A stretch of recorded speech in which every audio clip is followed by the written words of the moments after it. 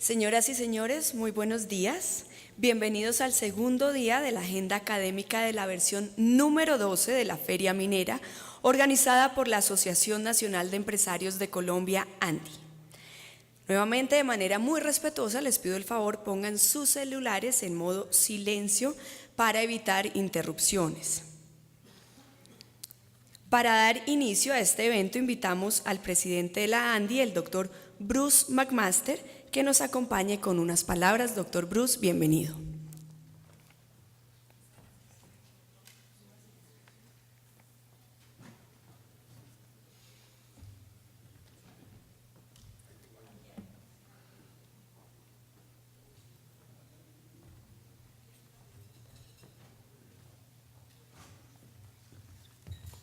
Gracias. ¿Cómo estás? ¿Cómo te ha ido? ¿Qué más?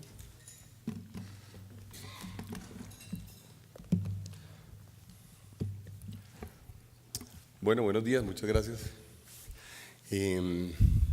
Vamos a tratar de privilegiar en todo caso a la gente que llegó temprano. Pudiéramos tratar de esperar a que se llenara un poco más el auditorio, pero lo cierto es que esa costumbre que nos está tomando a veces en los eventos que no arrancamos hasta que se llena el auditorio termina generando siempre una cantidad de traumas alrededor del día, y la verdad es que quien lo termina pagando es el evento mismo y los que llegaron temprano, de manera que de alguna forma el costo del auditorio vacío lo voy a asumir yo, pero creo que con el ánimo de que el evento transcurra lo mejor posible a lo largo del día, de manera que en todo caso les agradezco a todos su presencia tempranera, que no es tan tempranera, ya van a ser las 9 de la mañana, pero su presencia tempranera en este evento el día de hoy. Yo voy a tratar de enviar unos mensajes cortos, pero como dice el título de la presentación, mensajes que para nosotros son mensajes claros, en el sentido de que son mensajes que nosotros sí creemos que el país ojalá debería adoptar en términos de para dónde va el sector minero colombiano. Hay varias informaciones o varios datos que a mí me gustaría compartir con ustedes como para que nos demos una idea de realmente lo que es el sector minero. De hecho, ayer tuve la oportunidad también de estar en un evento interesantísimo que hizo la ACP, nuestro gremio hermano, la Asociación Colombiana de Petróleos, como ustedes saben, en donde de alguna forma algunos mensajes se cruzan, y esto lo digo porque gran parte de las cosas que aplican, por supuesto, al sector de hidrocarburos, aplican para el sector minería. No todos, pero muchísimas cosas sí, especialmente en términos de los retos que tenemos en este momento y también de las posibles soluciones en términos del Estado, perdón, en términos de la actitud que pudiera tomar el Estado o la actitud que pudiera implementar el gobierno alrededor de dos actividades que han sido verdaderamente parte de la columna vertebral del desarrollo de los últimos años en un país como Colombia. No todos los países tienen la oportunidad de tener recursos mineros, no todos los países tienen la oportunidad de tener recursos de hidrocarburos.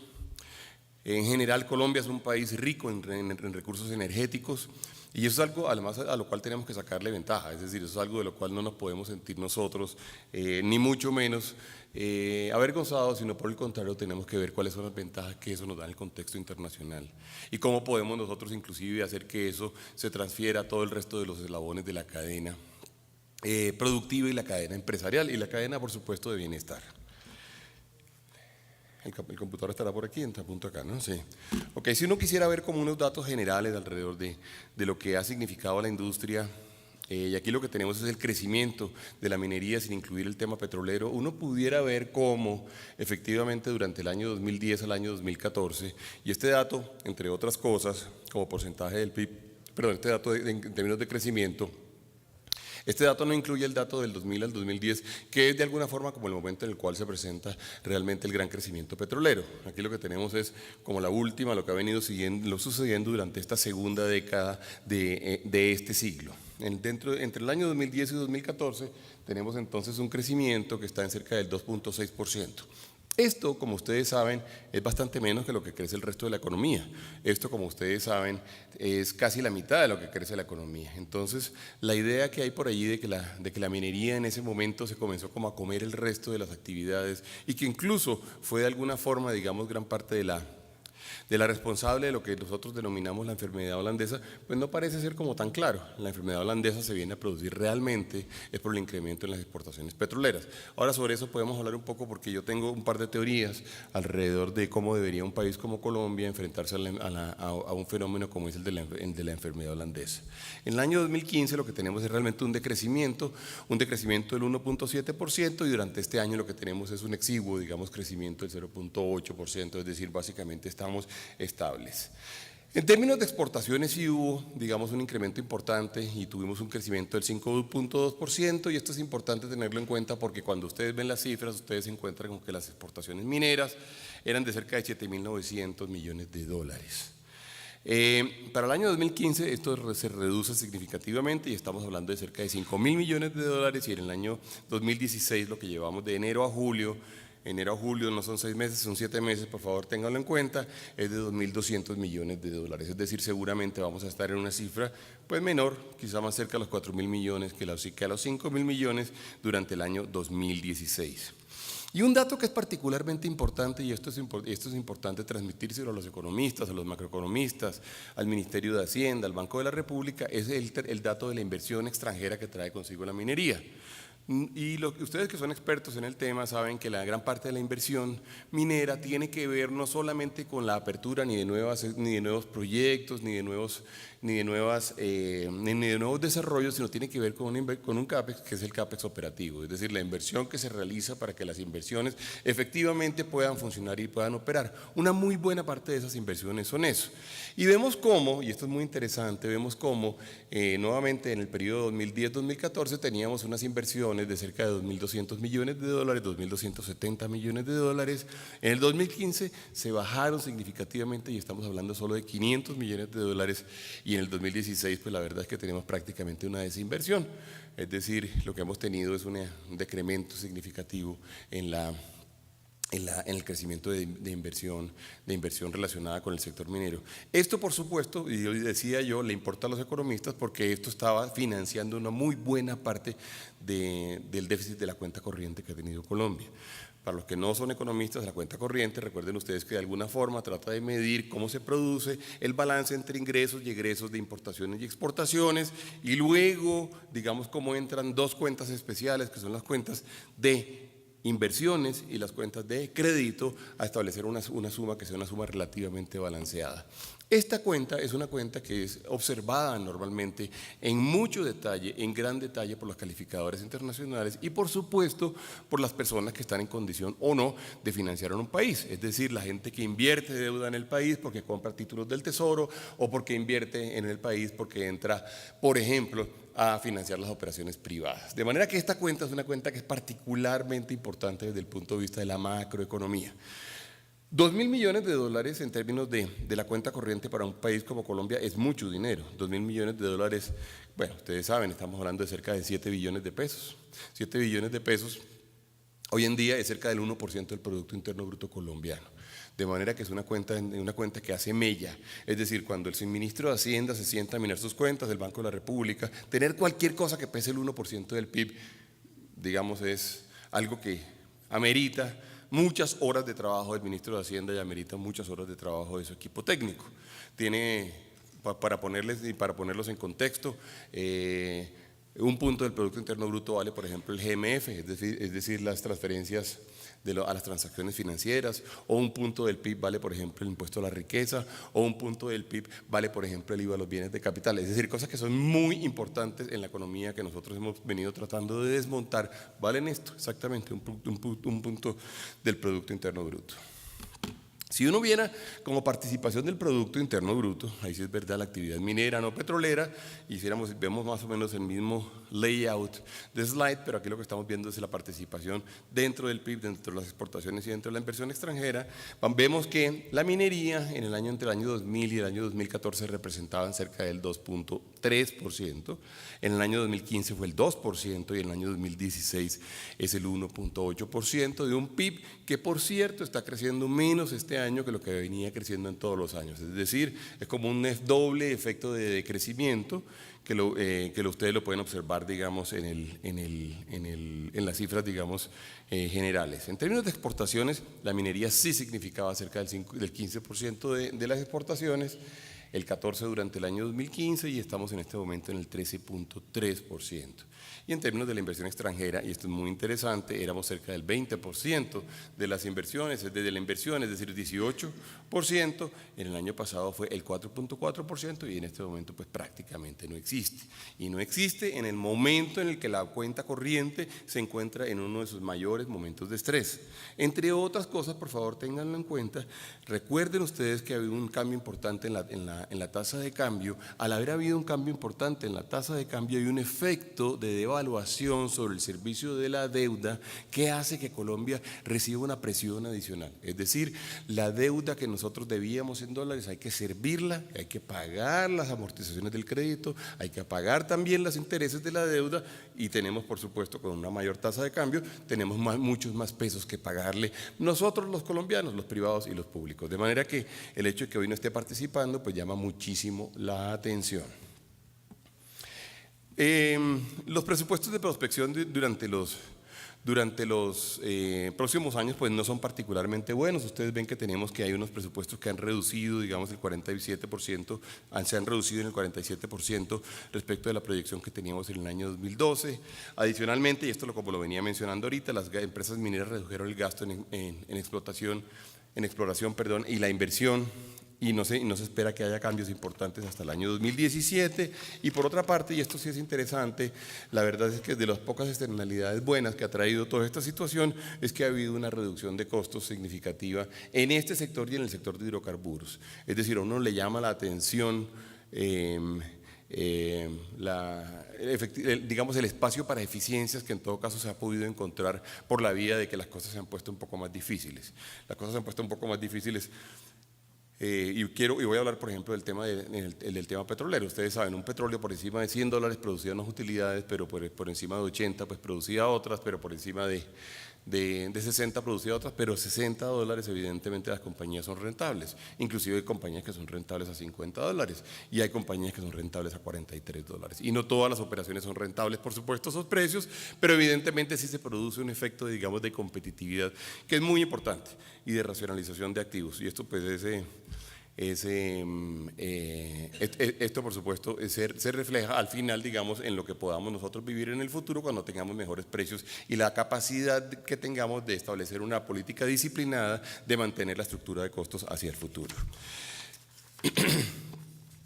Una de las grandes preguntas que se tienen que plantear un país como Colombia es si realmente estamos siendo competitivos en el entorno actual, porque evidentemente la caída de los precios del commodities en principio debería afectar casi que por igual a todos los países y no es cierto.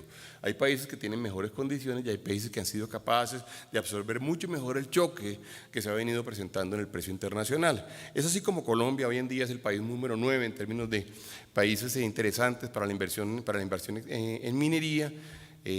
Ahí aparece la fuente, donde el primer país, digamos, en este ranking termina siendo pues Canadá, el segundo país Australia, el tercer país los Estados Unidos. Sorprende, digamos, que países como Sudáfrica estén en un nivel parecido al 13, Chile está en un nivel parecido está en el cuarto, digamos, en la lista. Colombia es el número 9, como ustedes ven allí. Lo cual no es particularmente bueno porque este es un país que verdaderamente lleva varios años haciendo minería y habla más bien de lo que ha venido sucediendo en términos de la regulación y lo que ha venido sucediendo en términos de muchos factores externos que afectan definitivamente el clima de inversión. Una hipótesis principal, digamos, que yo he venido exponiendo en los últimos meses y que nuevamente aplica también a los hidrocarburos, es que el país tiene que reconocer cuál es el papel de la minería en términos del desarrollo económico. No nos digamos mentiras, digamos, en varios términos. Primero, es cierto que Colombia ha tenido, digamos, una situación particularmente conflictiva con respecto a algunas regiones y con respecto a algunas comunidades. Pero también es cierto, y yo me atrevo a decirlo de esta forma, y perdóneme si alguien se resiente o le duele, digamos, este comentario, también es cierto que la minería se ha visto ensuciada en términos reputacionales con toda la actividad criminal. Actividad criminal, que a veces me regañan porque yo digo actividad criminal, entonces me digan no diga criminal, pero diga tradicional, pero diga artesanal, pero diga informal, pero diga… No, es decir, la artesanal a uno no le preocupa, la tradicional no le preocupa, lo que le preocupa verdaderamente es la actividad criminal. La actividad criminal verdaderamente ha venido generando un costo inmenso en términos de las regiones, nosotros somos los más conscientes de ello, pero también se ha convertido, digamos, en nuestro principal enemigo. Para los que hacen minería, tener al lado o tener muy cerca operaciones criminales genera muchísimos problemas y genera muchísimos además costos en términos de cómo las comunidades lo perciben y cómo lo percibe el país y cómo lo percibe el regulador, cómo lo persigue el supervisor, cómo lo persigue quien los está vigilando. La verdad es que Colombia en eso ha cometido, digamos, un error grande, dejar que la minería siga creciendo. Uno de los temas que nosotros hemos insistido más alrededor, por ejemplo, de los acuerdos que se firmaron con el grupo guerrillero de las FARC, es el tema de que aparece, digamos, o llama muchísimo la atención que no hay un tratamiento verdaderamente fuerte en contra de las actividades criminales mineras que ellos han venido desarrollando. Es algo en lo que nosotros, yo he venido, inclusive yo personalmente he hablado con ellos y yo les he dicho, digamos, durante las últimas 2 semanas, les he hecho como 2 reclamos muy fuertes o 3 reclamos muy fuertes. Un reclamo se refiere al tratamiento que ellos le van a dar al tema de la minería criminal, 2 al tema que le van a dar al narcotráfico y 3 al tema que le van a dar al tema de los activos que eventualmente estén en su poder. ¿Por qué? Porque yo tengo la teoría de que mientras ellos no demuestren, digamos, que efectivamente se produce no solamente una suspensión de esas actividades, sino se produce una declaración clara de cuáles son, por ejemplo, los recursos, los dineros, lo que ellos han tenido en el exterior, Colombia no va a terminar realmente de arrancar un proceso de reparación concreto y además, sobre todo, no los va a tener a ellos en un flujo suficientemente sano. Especialmente si van a participar en política. Si ellos van a participar en política, ellos tienen que eliminar, por supuesto, cualquier actividad que se refiera a estas 3 actividades, que no son, digamos, los crímenes tradicionales de los cuales nosotros nos quejamos de ellos.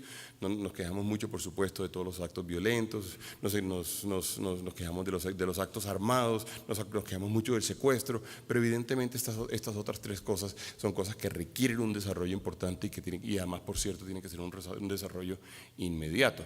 No podemos esperar y les quiero poner un ejemplo.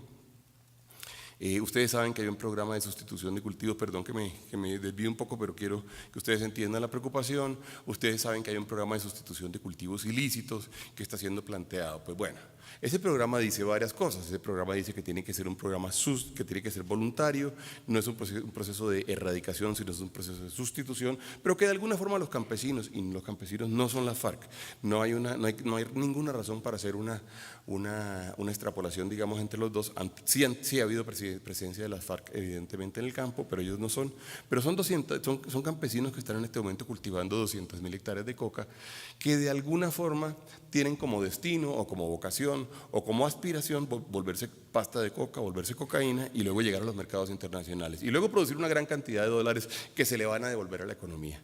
Bueno, esa discusión es una discusión que tenemos que dar y tenemos que darla abierta.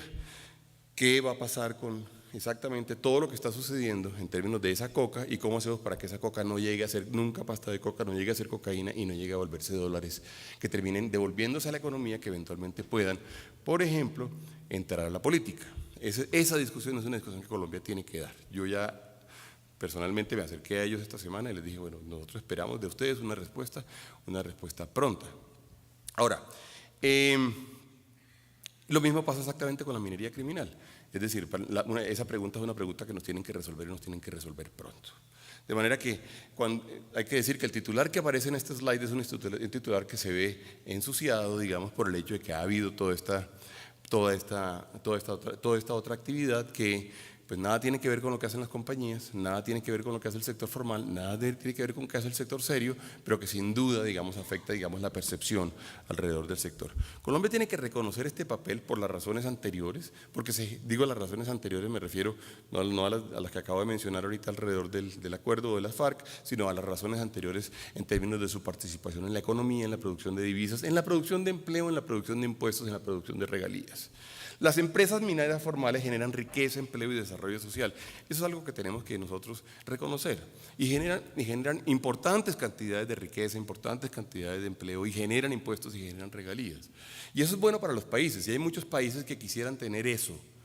Evidentemente la discusión tiene que estar dada en el marco de la sostenibilidad y tenemos que construir unos conceptos que tranquilicen a todo el mundo, que tranquilicen a la sociedad, que tranquilicen a las comunidades alrededor de sostenibilidad. Pero la meta tiene que ser construir sostenibilidad. La meta no puede ser vamos a sencillamente acabar con este sector porque no nos gusta. La minería es adicionalmente, y esto es muy importante y es particularmente importante en algunas de las discusiones que se están dando, por ejemplo, María Cristina habló ayer del Tolima, de las discusiones que se están dando en el Tolima. Entre otras cosas porque no mucha gente reconoce, a pesar de que pues, es un elemento más que obvio, que la minería también es proveedora de otros sectores. Usted no puede hacer carreteras si no tiene minería, usted no puede producir cerámica, vidrio, cemento, pinturas, metalmecánica, metalurgia o insumos agrícolas. La minería tiene que ver con muchísimas cosas de las que todos consumimos. La minería tiene que ver con muchísimas cosas de las que hacen que una sociedad funcione. Tiene que ver con muchísimas cosas que hacen que se produzcan incrementos en los productos de los países. Y Colombia ha sido verdaderamente bendecida en términos de contar con una muy buena parte de estos productos. Qué bueno que nosotros los tenemos, qué bueno que no tenemos que importarlos, que no tenemos que pagar el transporte absurdo, digamos, desde otros lugares, o que tenemos que pagar precios con markups inaceptables para nosotros. Eso lo tenemos. Y hay que decirlo, para nosotros inclusive desde otros sectores de la ANDI, digamos sectores que tienen que ver con la industria, es importantísimo que la minería funcione y funcione en buenas condiciones, que funcione con competitividad. Uno de los elementos fundamentales del funcionamiento de la economía es que la minería funcione bien y nos da competitividad. Y eso es algo que tenemos que reconocer. La minería nos da competitividad a nosotros. En la ANDI usualmente hacemos un análisis con este tipo de matrices o este tipo de barras que nos permiten tratar de entender cómo un sector en particular participa de los encadenamientos del resto de sectores. De alguna forma es una especie de matriz insumo-producto en donde estamos viendo qué cosas produce un sector y qué cosas consume el mismo y a quién se lo compra. Y ustedes se encuentran cómo efectivamente la minería participa, por ejemplo, en el 6.2% de la industria manufacturera. Una muy buena parte de la industria manufacturera no pudiera existir si la minería no existiera hoy día. En términos de construcción, casi que a pesar de que pesa solamente el 5.7%, es una de esas cosas que son definitivamente no convenientes, sino que son absolutamente necesarias. Si no hubiera minería, no habría construcción, punto. En términos de electricidad, gas y agua, y en términos, por supuesto, de la misma minería. Y para el total de la economía, el 4.3% de la economía cuenta con este tipo de encadenamientos con el sector minero. Es obvio, inclusive sectores como la electrónica son sectores que dependen de la minería, sectores muy modernos, sectores que la gente considera inclusive a veces limpios, que la gente considera como sectores particularmente deseables para las economías actuales. Estamos entrando en la cuarta generación, en la cuarta revolución industrial, en la era digital. Países incluso como Costa Rica han venido produciendo, digamos, unos desarrollos interesantísimos por años alrededor de microprocesadores, microchips y demás. Ahí hay un tema, digamos, particularmente interesante, pero además la minería es parte de la solución del tema energético de un país como Colombia. Recuerden lo que le pasó a Colombia durante este año, recuerden lo que le pasó a Colombia durante fines del año pasado y recuerden ustedes como un país que ha sido particularmente rico en términos supuestamente de recursos energéticos, está viendo por varios caminos estresada la situación de la ampliación de su parque generador. ¿A qué me refiero? Me refiero al tema, por ejemplo, de las hidroeléctricas. Las hidroeléctricas, ustedes saben, se han convertido todas en un problema social gigantesco y también en un problema ambiental. Ahora, ¿son deseables las hidroeléctricas? Yo creo que sí son deseables. Ahora, ¿hay que trabajar con las comunidades? También creo que hay que trabajar con las comunidades. Ayer, un profesor de Colombia que estuvo en un panel en el cual yo estaba en ACP decía que efectivamente el sector de hidrocarburos tenía que ser siempre concebido en términos de un triángulo, en términos de una pirámide, donde estaba siempre el sector regulador, donde estaba el gobierno y donde estaba la industria, digamos, la industria de hidrocarburos. Yo les diría que eso es una situación particularmente, voy a terminar botando esto, una situación particularmente revisada, o ha sido completamente revisada, porque lo cierto, lo dominé, tengo dominado el vaso. Es una situación que debería ser sin duda, digamos, revisada, porque ese triángulo dejó de ser, digamos, verdaderamente el entorno en el cual se desarrolla el sector. El sector se desarrolla hoy en día más bien como un rombo, en donde además están las comunidades. Y están las comunidades, digamos, como unos actores principales del desarrollo. No, pero es que ya a falta de uno, no, es que tengo... No, pero no es por eso, sino porque se me cae. Te agradezco. Muchas gracias. Donde entran las comunidades. Ahora bien, es tarea del planeta, de la humanidad, el tratar de definir qué es lo que le conviene a las comunidades realmente. Lo de las comunidades no es lo que se le ocurra a cualquiera. Lo de las comunidades no es ni mucho menos, y esto sí que menos, una plataforma política para tratar de hacer política y buscar cosas que puedan ser eventualmente populistas. Es muy fácil inventarse cosas populistas contra algunos productos o contra el sector privado o contra una industria. Y eso tenemos que delimitarlo y tenemos que delimitarlo bien. Y lo tiene que delimitar Colombia, pero lo tienen que delimitar también otros países. Nosotros en la ANDI somos, digamos, inmensamente conscientes de la necesidad de tener un mundo sostenible, inmensamente conscientes. Tenemos una vicepresidencia de sostenibilidad. Sostenibilidad que se refiere al tema ambiental y que se refiere al tema social, en donde tenemos que producir formas en las cuales se trabaja, tenemos que producir formas en las cuales se desarrolla, tenemos que producir formas en las cuales se protege el medio ambiente, tenemos que producir formas en las cuales se protege el planeta, por supuesto. Y queremos al mismo tiempo, por supuesto, también generar prosperidad y generar desarrollo. Ese es un ejercicio que tenemos que adelantar entre todos. Realmente nuestra sociedad tiene que llegar a unos ciertos acuerdos alrededor de qué cosas podemos hacer, qué cosas no podemos hacer. A mí, por ejemplo, me llama muchísimo la atención, y eso lo digo más adelante en otro slide, pero me llama muchísimo la atención de que en una región como la del Tolima se haya decidido hacer una consulta popular para tratar de definir si sí o no se puede llevar a cabo una actividad legal. Porque la pregunta es si es una actividad legal o no. Si es una actividad legal, pues no creo que nadie me dice que sí. Ahora, vamos a hacer una consulta de pronto para una cosa distinta, y es definir si sí o no se puede hacer una actividad ilegal. Eso sería igualmente raro. Las actividades ilegales pues no se pueden hacer.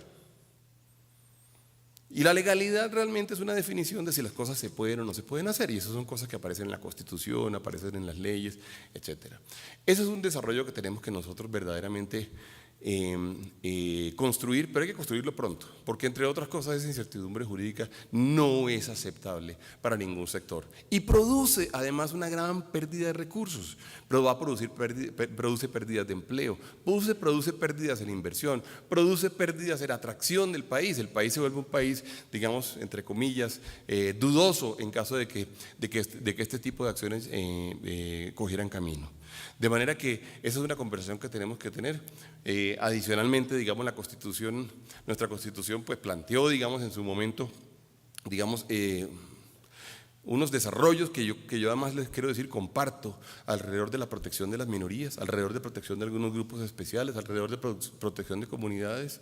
Pero de vez en cuando amanece uno como con algún grado de preocupación muy grande, yo pongo un tuit, y ustedes lo van a ver, es un tuit que yo repito, donde yo digo, la Constitución colombiana del año 1991 fue muy buena en la defensa de las minorías, pero parece que se le olvidaron las mayorías. Y eso sí no puede pasar. La mayoría pues también tenemos derechos, y las mayorías también debemos tener, digamos, derechos constitucionales, y además nos deberían poder proteger nuestros derechos igual como protegen los derechos de las minorías. Y también de vez en cuando entro un poquito más aguerrido en la mañana, en los días que me levanto, entonces pongo una tutela. Entonces ya no es un tuit sino una tutela. Entonces ayer, por ejemplo, amanecí así y entonces puse una tutela. Después les cuento, ojalá me la gane. Hay cosas que son muy interesantes. Este es un gráfico que me lo robé del grupo de Colombia de ayer, pero me lo robé, pero lo estoy dando los créditos, ¿no? Pero me lo traje de ayer. Es un gráfico, porque este gráfico es muy interesante, porque este gráfico es el de la producción petrolera en Colombia a lo largo de, digamos, el periodo que va entre 1999 y el periodo que va en el año 2015. ¿Por qué lo quiero traer? Porque en ese año, en el año 2005, es cuando se producen los cambios regulatorios en el sistema de hidrocarburos en Colombia. Y esto es para decir que el regulador tiene mucho que ver mucho que ver en la creación de condiciones atractivas para que pasen cosas mejores en un sector que uno eventualmente quiere y debe desarrollar. En general, para que haya minería o para que haya hidrocarburos tienen que producirse por lo menos 3 o 4 condiciones que son necesarias todas. Primero, por supuesto, contar con el recurso. Segundo, generar, digamos, condiciones que permitan que en términos del entorno el país sea un país atractivo, la región sea una región atractiva y efectivamente la gente diga, wow, yo quiero ir a Colombia porque Colombia es uno de los 10 países más atractivos del mundo en términos de minería. Y tercero, tiene que haber reglas de juego que efectivamente incentiven la actividad. Entonces, si Colombia toma la decisión de que efectivamente queremos volver a tener los recursos de los hidrocarburos o queremos volver a tener los recursos provenientes de la minería, tiene que tomar decisiones desde el punto de vista regulatorio. Y tiene que hacerlo bien, tiene que hacerlo alrededor de temas como el uso del suelo, tiene que hacerlo alrededor de temas, por supuesto, como la relación con las comunidades, tiene que hacerlo alrededor de la expedición de licencias y de la expedición de, eventualmente, de títulos. Son discusiones que tenemos que dar, pero discusiones que se tienen que dar ya, que se tienen que dar pronto y que se tienen que dar en forma decidida. Lo que no podemos tener es aguas tibias, de ir sacando pequeñas regulaciones para que sí, porque me están pidiendo esto, porque se presentó un problema en Antioquia, porque se presentó un problema en el Cesar, entonces voy a tratar de solucionar los problemas. No, la reflexión es una reflexión de fondo. Los gobiernos son muchas cosas para un país, pero también son, y eso lo saben muy bien algunos gobiernos extranjeros a los cuales uno le tiene inmensa admiración en este sentido, también son los grandes motores del desarrollo de producción privada, en todos los sentidos.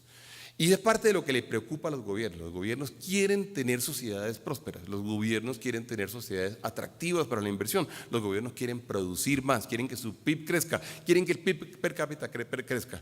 Pues bueno, Colombia no ha sido ajeno a esto. Cuando en su momento dado, en el año 2005, produjo los cambios que produjo alrededor del tema de hidrocarburos, fíjense lo que sucedió.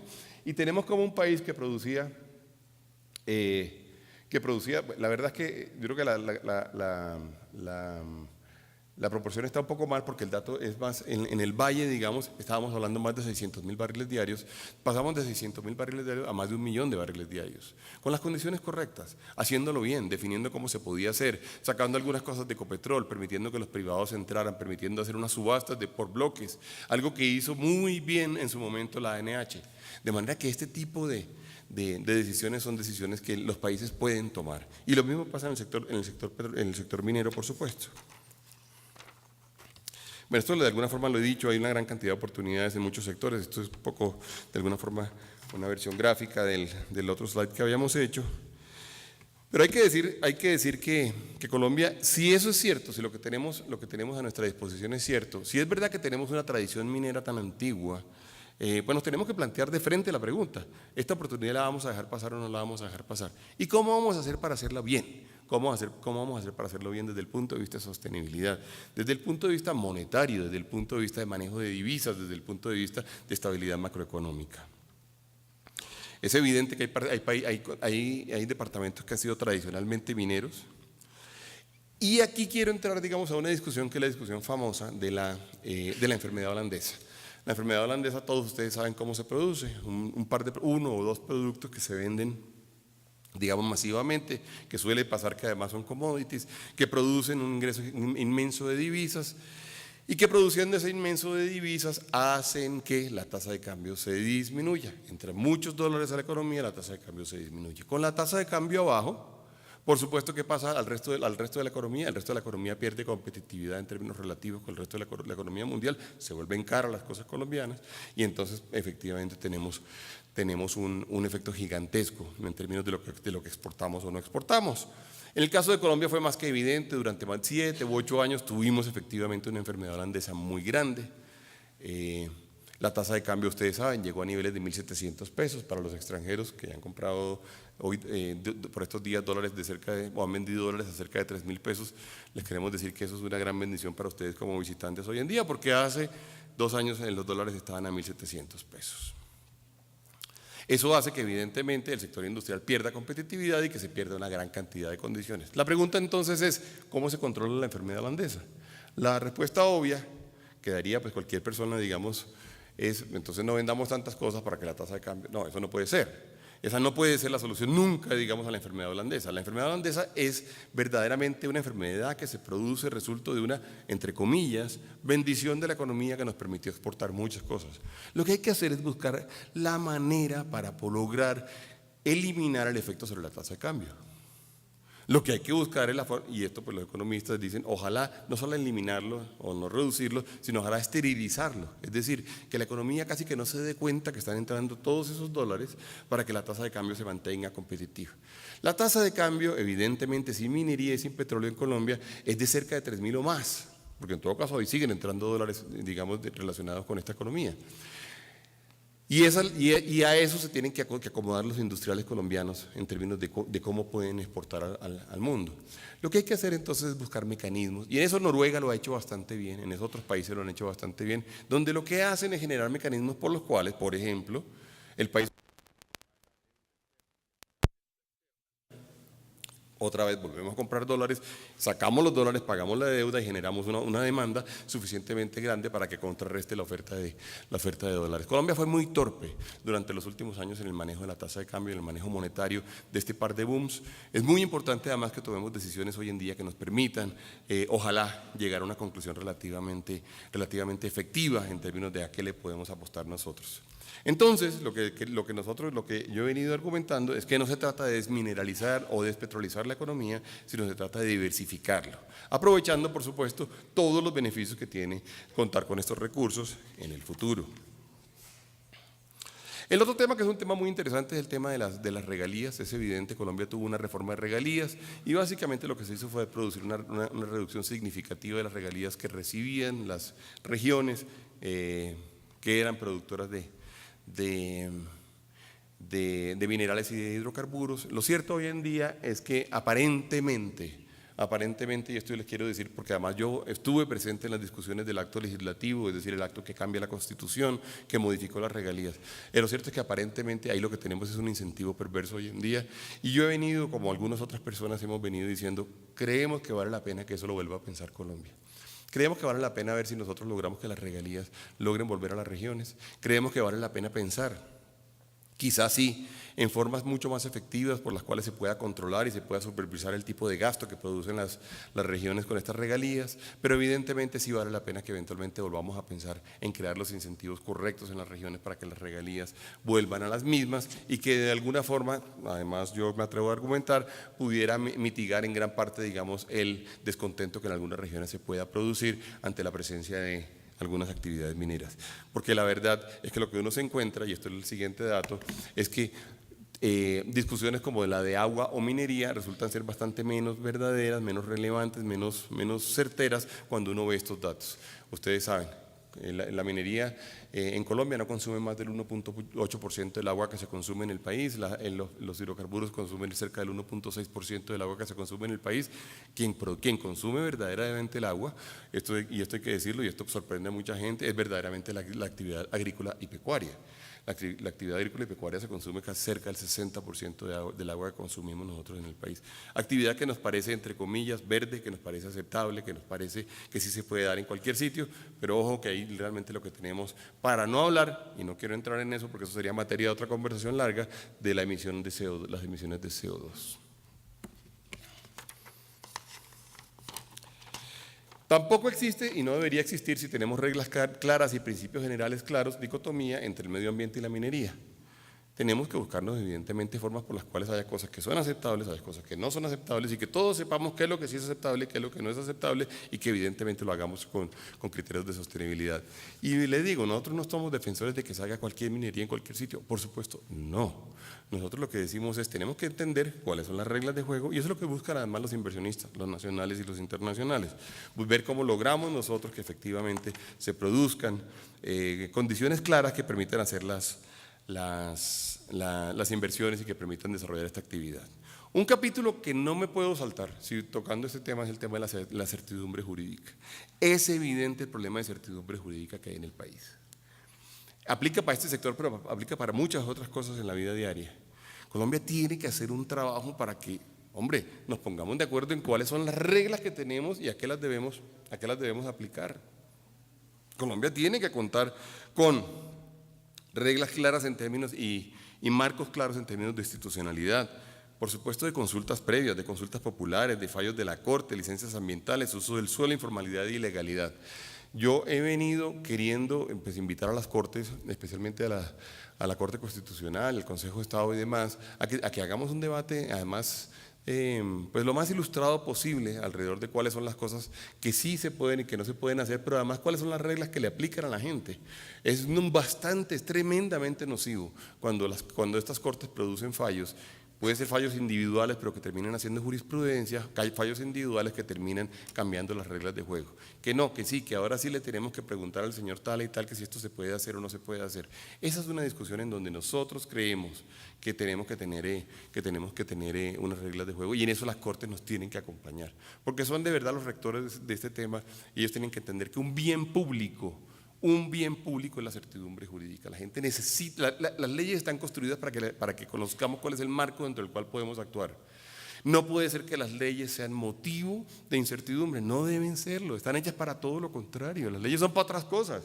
Cuando uno ve, por ejemplo, las mayores causas de incertidumbre jurídica, se encuentra con que el 83% de las causas son justamente las nuevas leyes, en la percepción de la gente. El 50% es el cambio en la posición de las autoridades administrativas. Esto no suma porque esto es qué tanto de la muestra considera que esto es importante. El cambio en la posición de las autoridades administrativas. El 27.7% las decisiones de autoridades jurisdiccionales y otros el 16.1%. Nosotros tenemos que también ponernos de acuerdo en que las leyes son para generar reglas de juego que deben ser estables y que nos deben permitir a nosotros trabajar y construir un mundo, digamos, en el cual podamos desarrollar nuestra inversión. Yo les dije que había un slide sobre este tema. Nosotros, se los digo y se lo digo yo y se lo digo y lo hemos conversado en la Junta de Dirección Nacional y lo hemos conversado y lo dije además en la Asamblea General de la ANDI con presencia del Presidente de la República. Nosotros no entendemos por qué, como lo dije ahorita, se puede hacer una pregunta, digamos, en términos generales, alrededor de si una actividad que es legal se puede realizar en un país como Colombia. O es legal o no es legal. No entendemos eso. Y tampoco entendemos, y yo se lo debo decir de frente, no entendemos cómo un tribunal aprobó una pregunta, como la pregunta que en mi opinión y en la opinión de mucha gente es totalmente sesgada alrededor de la actividad, alrededor de la eventual consulta popular que se puede hacer en el Tolima. Ustedes seguramente todos tienen conciencia total de cuál fue la pregunta, pero la pregunta es una pregunta increíblemente sesgada. Eso no le hace bien a la democracia, eso no le hace bien a la certidumbre jurídica, eso no le hace bien a la región, no le hace bien al país. No es serio plantear una pregunta como la que se está planteando.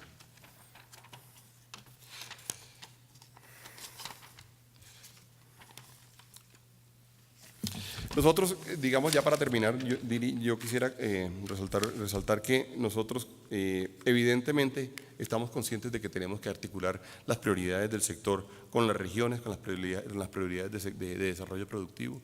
A nosotros nos gustaría llegar a un estadio en el cual las regiones se sientan orgullosas, se sientan contentas, se sientan satisfechas, se sientan bendecidas porque tienen un recurso que se puede explotar y que se puede explotar bien. Tenemos que crear además las condiciones para que este sector sea parte de las cadenas de valor, ojalá de las cadenas globales de valor. Es decir, si Colombia va a producir ciertas cosas que eventualmente nos inserten en algunos niveles, en algunos sectores de la economía internacional, que podamos nosotros estar allí. Y lo que yo les diría es que me parece que todas las conclusiones que podemos sacar y que ustedes puedan sacar en toda la discusión que se ha venido llevando a cabo en este par de días, lo que tiene que propender es porque logremos estos dos grandes objetivos que para nosotros son objetivos primordiales y objetivos fundamentales. Yo les agradezco a todos ustedes su presencia, les agradezco a todos ustedes su atención y les agradezco que hayan madrugado para oírme a las 9 de la mañana. Muchas gracias.